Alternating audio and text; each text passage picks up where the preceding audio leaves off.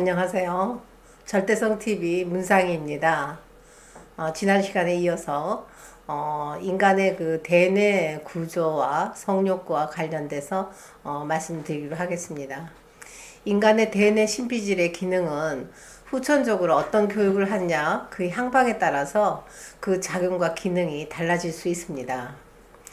그 영성의 기능이 있는데요. 그 영성의 기능은 뭔가 하면 인간이 그 진리를 추구하고 아름다움을 실현하려고 하고 또 선을 추구하고 실현하려는 그리고 사랑을 주고받고 싶어 하는 그런 어떤 가치를 추구하는 그리고 그것을 현실화시키고 싶어 하는 그런 삶을 살게 할 건지 아니면 본능적으로 어떤 욕구, 즉 의식주성이죠. 그러니까 무슨 옷을 입고 어떤 걸 먹고 또 좋은 집에 살고 또 성욕구를 충족하고 이런 것을 강화해서 어떤 본능의 중심을 둔 그런 삶을 사느냐 하는 그 여부는 어떤 가치관에 따라서 그 향방이 전혀 다르게 나타나게 됩니다. 그 영성적 가치관이 수립이 되면은 우리가 추구한 그 아름다움, 또 어떤 진리 탐구, 또는 선의 가치 이런 것을 실현하려고 하는데요. 그 본능적 가치관이 만약에 형성됐다. 그렇게 되면은 본능적 성욕구 해소에 집착하게 되는 그런 삶을 살게 되는 거죠.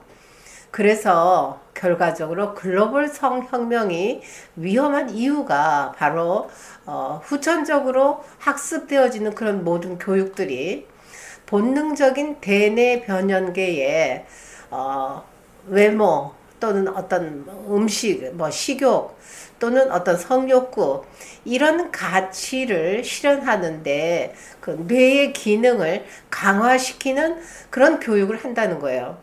바로 그런 교육이 뭐냐? 바로 성애화 교육입니다. 근데 이걸 언제부터 실시하느냐? 유아 시기부터, 아주 어린 시기부터 이러한 교육이 출발된다는 거죠. 그래서 글로벌 성혁명의 그 젠더 주류화 정책은 생물학적으로 타고난 그 남자 여자 성별 그 정체성과 또는 이성을 향한 그 성적 지향성 이런 걸 완전히 무시하는 거죠. 무시하고 태어난 이후에 사회적으로 경험하고 본인이 느끼고 선택하는 어떤 트랜스젠더나 또는 동성애나 어떤 제3의 성 정체성 또는 성 지향성 이런 것들을 아이들 스스로가 선택해서 결정하도록 하는 그런 교육이 유치부부터 진행되고 있다는 사실입니다.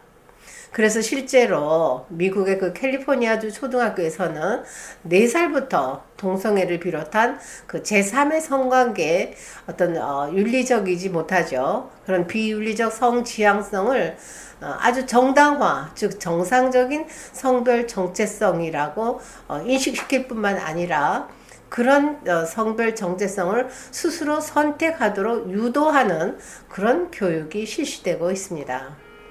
성장 과정에서 아직 가치관이 확실하게 정립되지 않은 아이들에게 스스로 자기 성별을 선택하고 성지향성을 결정해라.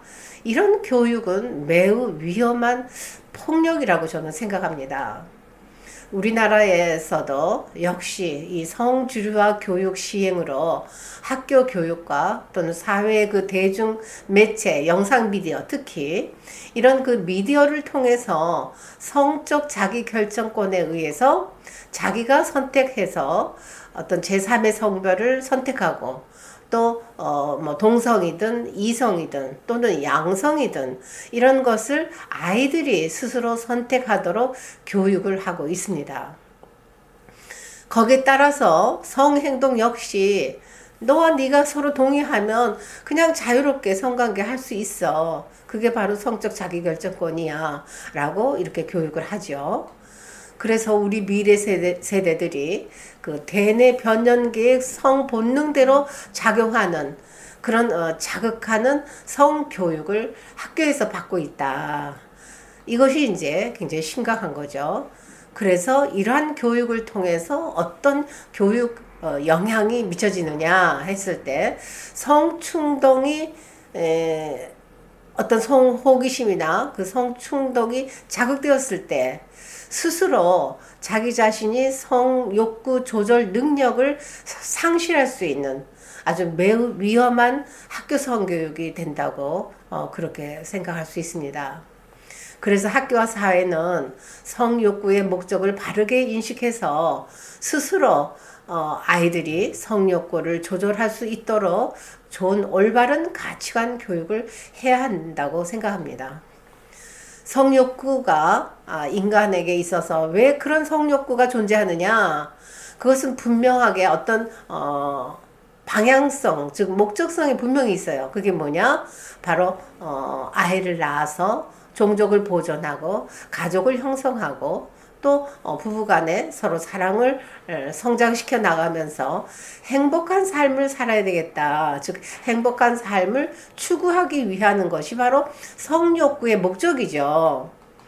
그런데 인간의 성욕구는 바로 동물과 달리 어떤 발전기가 있는 것이 아니라 자신의 어떤 의지대로 자유의지에 따라서 언제라도 부부가 서로 동의하며 성행동할 수 있는, 그리고 언제든지 사랑을 표현할 수 있는 그런 인간의 어떤 특권이 주어져 있다고 생각을 합니다. 그런데 우리가 여기서 중요한 내용을 알아야 됩니다. 그 내용이 뭔가 하면 이 인간의 본능에는 말이죠, 식욕이 있고 수면욕이 있고 성욕이 있습니다. 그런데 이 성욕은 식욕과 수면욕과 굉장한 차별점이 있다는 거예요. 그게 뭐냐 하면 수면욕은 잠을 자지 않으면 그 욕구가 절대로 충족될 수 없어요. 그래서 수면욕은 반드시 잠을 자야 해소가 됩니다. 그 문제가 잠자는 것 외에 다른 것으로 충족시킬 수 없어요. 식욕도 마찬가지예요. 반드시 먹어야만 식욕이 해소가 됩니다. 그리고 몸을 건강하게 유지할 수가 있어요. 다른 어떤 행동으로 식욕을 대체할 수 있는 게 없다 그 말이죠. 그래서 개인에 따라 차이가 있지만 어떤 다른 것으로 수면과 음식 섭취를 대체할 수 없다. 이것이 성욕과 다르다는 거예요.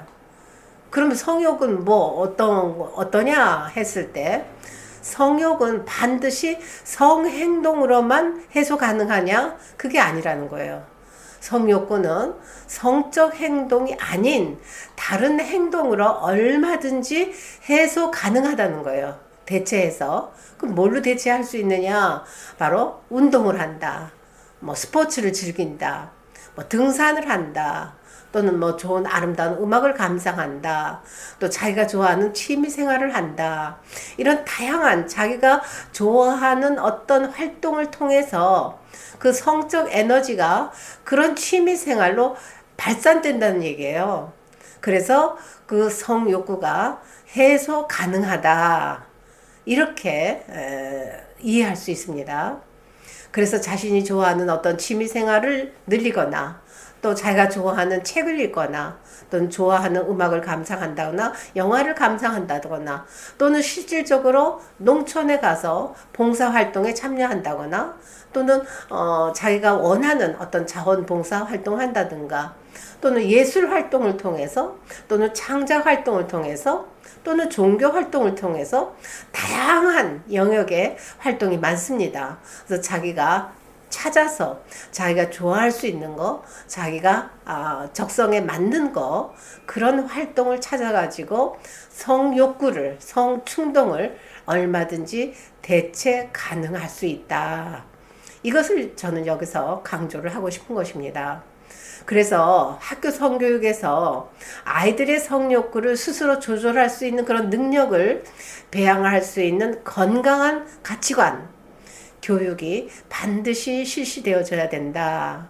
그래서 대뇌 신피질계가 본래 기능으로 영성의 기능을 발전시킬 수 있는, 그래서 진리를 탐구하고 아름다움을 추구하고 선의 가치를 실현하는 그런 삶을 살 수 있도록 아이들에게 교육으로 도와줘야 된다라는 것입니다.